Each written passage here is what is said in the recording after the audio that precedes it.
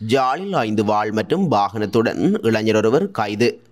கடற்கரைக்கு சென்றவர்களுக்கு நேர்ந்த கதி. 10 பேர் வைத்தியசாலையில் அனுமதி. மன்னார் முருங்கன் பகுதியில் கோர விபத்து. வயோதிப பெண்ணொருவர் பலி. நெடுந்தீவு இளைஞன் கொலை விவகாரம் நீதி கோரி மக்கள் கவனஈர்ப்பு போராட்டம். ஹன்வல்லே பிரதேசத்தில் பாடசாலை மாணவி கடத்தல். 5 இளைஞர்களை கண்டுபிடிக்க விசாரணை. ரணிலின் உத்தரவுக்கமைய தமிழர் பகுதியொன்றில் அகற்றப்பட்ட இராணுவ சோதனை சாவடி. வாகன சாரதிகளுக்கு வெளியான முக்கிய அறிவிப்பு. தமிழீழ விடுதலை புலிகளின் மூத்த உறுப்பினர் விநாயகத்தின் இறுதி வணக்க நிகழ்வு. யாழ்ப்பாணத்தில் வாகன பதிவின்றி பயணித்து மோட்டார் சைக்கிள் ஒன்றினையும் 5 வாள்களையும் யாழ்ப்பாண காவல்துறையினர் கைப்பற்றியுள்ளனர். குறித்த சுற்றி வளைப்பானது நேற்றைய தினம் 21ஆம் திகதி இடம்பெற்றுள்ளது. யாழ்ப்பாணம் நகர்ப்பகுதியில் விசேட ரோந்து பணிகளில் ஈடுபட்டிருந்த யாழ்ப்பாணம் காவல்துறையினர் சந்தேகத்திற்கிடமான முறையில் பயணித்து மோட்டார் வாகனத்தினை வழிமறித்து சோதனையிட்ட நிலையில் வாகன பதிவின்றி வாகனம் பயணித்தமை தெரியவந்தது. இதனை அடுத்து குறித்த இளைஞரை கைது செய்து முன்னெடுக்கப்பட்ட விசாரணைகளின் பிரகாரம் சந்தேக நபரது வீட்டிலிருந்து 5 வாள் கைப்பற்றப்பட்டுள்ளது. சம்பவம் தொடர்பாக யாழ்ப்பாணம் காவல்துறையினர் மேலதிக விசாரணைகளை மேற்கொண்டு வருகின்றமையும் குறிப்பிடத்தக்கது. பாணந்துறை கடலில் நீராடிக் கொண்டிருந்து 10 பேர் வைத்தியசாலையில் அனுமதிக்கப்பட்டுள்ளனர். ஜெல்லி மீன் உடலில் பட்டதால் ஏற்பட்ட தோல் ஒவ்வாமை காரணமாக அவர்கள் வைத்தியசாலையில் அனுமதிக்கப்பட்டுள்ளதாக போலீசார் தெரிவித்துள்ளனர். அந்த மீனினம் உடலில் பட்ட பகுதிகளில் சிவத்தல், அரிப்பு மற்றும் வலி போன்ற அறிகுறிகள் தோன்றியுள்ளன. குறித்த குழுவினர் பாணந்துறை அடிப்படை வைத்தியசாலைக்கு சிகிச்சைக்காக அனுப்பி வைக்கப்பட்டதாக போலீசார் தெரிவித்தனர். மேலும் பாணந்துறை கடலுக்கு செல்பவர்கள் அவதானமாக செயற்படுமாறு எச்சரிக்கையும் விடுக்கப்பட்டுள்ளது. மன்னார் மதவாச்சி பிரதான வீதி முருங்கன் போலீஸ் பிரிவிற்குட்பட்ட இசைமாலை தாழ்வு பகுதியில் ஹயஸ் ரக வாகனம் மின் கம்பத்துடன் மோதி விபத்துக்குள்ளாகியதில் அதில் பயணித்து 14 பேர் காயமடைந்துள்ளதுடன் வயோதிப பெண்ணொருவர் உயிரிழந்துள்ளார். இந்த விபத்து சம்பவமானது நேற்று 21/6/2024 அன்று மாலை இடம்பெற்றுள்ளது. கல்முனையிலிருந்து மன்னார் மருச்சிக்கட்டி பிரதேசத்திற்கு வருகை தந்தவர்களின் ஹயஸ் ரக வாகனம் முருங்கன் இசைமாலை தாழ்வு நரிக்காடு வளைவு பகுதியில் உள்ள மின்கம்பத்துடன் மோதி விபத்துக்குள்ளாகியது.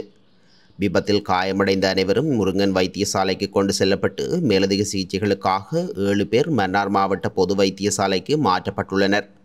இந்த நிலையில் இவர்களில் வயோதிப பெண்ணொருவர் சிகிச்சை பலனின்றி உயிரிழந்துள்ளார். இதேவேளை வாகனத்தில் பயணித்தவர்கள் ஒரே குடும்பத்தைச் சார்ந்த உறவினர்கள் என போலீஸ் விசாரணைகளில் தெரிய வந்துள்ளது. மேலும் விபத்து தொடர்பான மேலதிக விசாரணைகளை போலீசார் மேற்கொண்டு வருகின்றனர். வாகனத்தின் சாரதியின் தூக்க கலக்கம் காரணமாக இந்த விபத்து ஏற்பட்டிருக்கலாம் என அங்கிருந்து கிடைக்கும் தகவல்கள் தெரிவிக்கின்றன. எனினும் இதுவரை உறுதிப்படுத்தப்பட்ட தகவல்கள் எவையும் வெளியாகவில்லை என்பதும் குறிப்பிடத்தக்கது.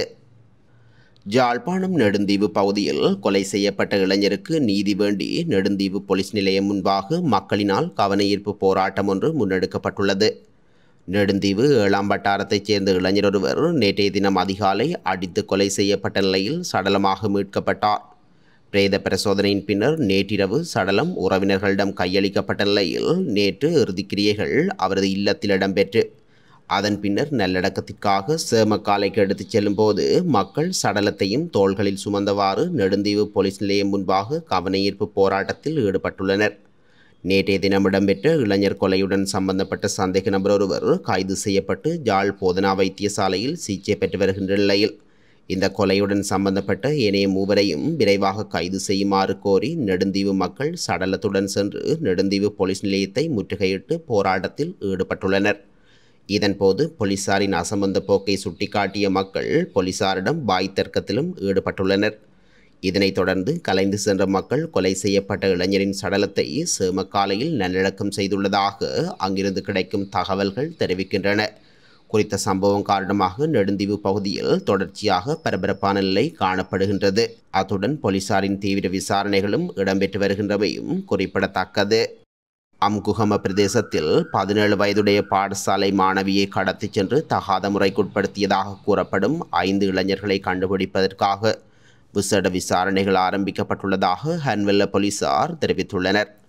குறித்த மாணவி தனது காதலனை சந்தித்துவிட்டு வீட்டுக்கு சென்று கொண்டிருந்த போது மோட்டார் சைக்கிளில் வந்த 5 பேர் மாணவியை மோட்டார் சைக்கிளில் ஏற்றிக்கொண்டு சுடுகாட்டு பகுதிக்கு அழைத்துச் சென்று தகாத முறைக்குட்படுத்தியதாக போலீசார் குறிப்பிட்டுள்ளனர்.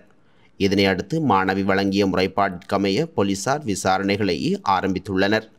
இதனை அடுத்து மாணவி கொஸ்கம பிரதேசத்தில் வசிப்பவர் எனவும் விசாரணைகளில் தெரியவந்துள்ளது. குறித்த மாணவி தனது சிறிய தாயுடன் டன்சலுக்கு செல்வதாகவும் பின்னர் தனது காதலனை சந்திக்க புத்தக கடைக்கு செல்வதாகவும் கூறியதாக போலீசார் தெரிவித்துள்ளனர். சம்பவம் தொடர்பான மேலதிக விசாரணைகளை ஹங்வெல்ல போலீசார் மேற்கொண்டு வருகின்றமையும் குறிப்பிடத்தக்கது. மன்னார் மாவட்டம் பிரதான பாலத்தடியில் நீண்ட காலமாக மக்களை அசௌகரியத்துக்குள்ளாக்கிய பிரதான சோதனை சாவடி முதன்முறையாக அகற்றப்பட்டு சோதனை நடவடிக்கைகளும் நிறுத்தப்பட்டுள்ளன. குறித்த சோதனை சாவடி நேற்றைய தினம் 21/6/2024 அகற்றப்பட்டு சோதனை நடவடிக்கைகளும் நிறுத்தப்பட்டுள்ளதாக தெரிவிக்கப்பட்டுள்ளது. இந்த விடயம் தொடர்பில் மேலும் தெரிய வருகையில் பல வருடங்களாக இந்த சோதனை சாவடியை அகற்றுமாறும் இதனால் பல்வேறு அசௌகரியங்களுக்கு முகங்கொடுப்பதாகவும் மன்னார் மாவட்ட பொது அமைப்புகள், சிவில் செயற்பாட்டாளர்கள் மற்றும் நாடாளுமன்ற உறுப்பினர்கள் ஆகியோர் போராட்டங்களை முன்னெடுத்திருந்தனர். அத்துடன் சம்பந்தப்பட்ட அரசு அதிகாரிகளுக்கு சோதனை சாவடியை அகற்றுவதற்கான கோரிக்கையை கடிதங்களாகவும் வழங்கியிருந்தனர். இந்த நிலையில் அண்மையில் அதிபர் ரணில் விக்ரமசிங்க தலைமையில் இடம்பெற்ற விசேட ஒருங்கிணைப்பு குழு கூட்டத்தில் மன்னார் மாவட்ட நாடாளுமன்ற உறுப்பினர் சார்ல்ஸ் நிர்மலநாதன் அதிபரிடம் குறித்த சோதனை சாவடியை அகற்றி தருமாறு நேரடி கோரிக்கையை முன்வைத்தார். இதனை அடுத்து அதிபரின் ஆலோசனைக்கு அமைவாக நேற்றைய தினம் குறித்த பால பகுதியில் காணப்பட்ட வீதி தடைகள் அகற்றப்பட்டுள்ளதுடன் சோதனை நடவடிக்கைகளும் நிறுத்தப்பட்டுள்ளன. எனினும் அப்பகுதியில் இராணுவம் தொடர்ச்சியாக நிலை கொண்டுள்ளதுடன் இராணுவ கட்டுமானங்கள் எவையும் அகற்றப்படவில்லை என்பதும் குறிப்பிடத்தக்கது. போயா தினங்களில் போக்குவரத்து நெரிசல் ஏற்படும் வகையில் வாகனங்களை நிறுத்தும் சாரதிகளுக்கு எதிராக சட்ட நடவடிக்கை எடுக்கப்படும் என காவல்துறை ஊடக பேச்சாளர் நிகால் தல்துவ தெரிவித்துள்ளார்.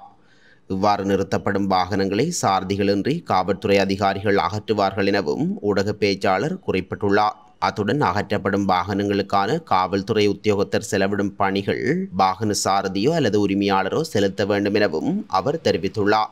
இதேவேளை பொசன் வலயங்கள் உள்ளிட்ட பகுதிகளில் போக்குவரத்து நெரிசலை தடுக்க கிட்டத்தட்ட 27,000 சமூக காவல்துறை குழு உறுப்பினர்கள் கடமையில் ஈடுபடுத்த உள்ளதாகவும் பொசன் காலத்தில் மேலதிக கடமைகளுக்காக 20,000 காவல்துறையினர் ஈடுபடுத்த உள்ளதாகவும் அவர் குறிப்பிட்டுள்ளார். பிரான்சில் உணர்வடைந்து தமிழீழ விடுதலை புலிகளின் மூத்த உறுப்பினர் விநாயகத்தின் இறுதி வணக்க நிகழ்வு உணர்வுபூர்வமாக முன்னெடுக்கப்பட்டுள்ளது. குறித்த இறுதி வணக்க நிகழ்வு நேற்று அதாவது 20/6/2024 வியாழக்கிழமை மிக உணர்வுபூர்வமாக இடம்பெற்றிருந்தது.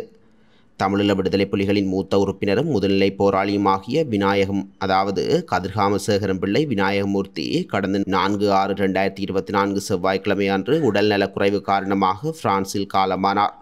இந்த நிலையில் நேற்று வியாழக்கிழமை காலை 10 மணி முதல் பகல் 2 மணி வரையில் இவரின் புகழுடல் வைக்கப்பட்டதைத் தொடர்ந்து உறவினர்கள், பல கட்டமைப்பின் உறுப்பினர்கள், பொதுமக்கள் என பல எண்ணிக்கையானோர் திரண்டு கண்ணீர் அஞ்சலி செலுத்தியதுடன் தமது இரங்கலையும் தெரிவித்திருந்தனர். இதனைத் தொடர்ந்து புகழுடலுக்கு தமிழீழ தேசிய கொடி போர்த்தப்பட்டு மதிப்பளிக்கப்பட்டது. பின்னர் நல்லடக்கம் செய்யப்பட்டிருந்தமை குறிப்பிடத்தக்கது.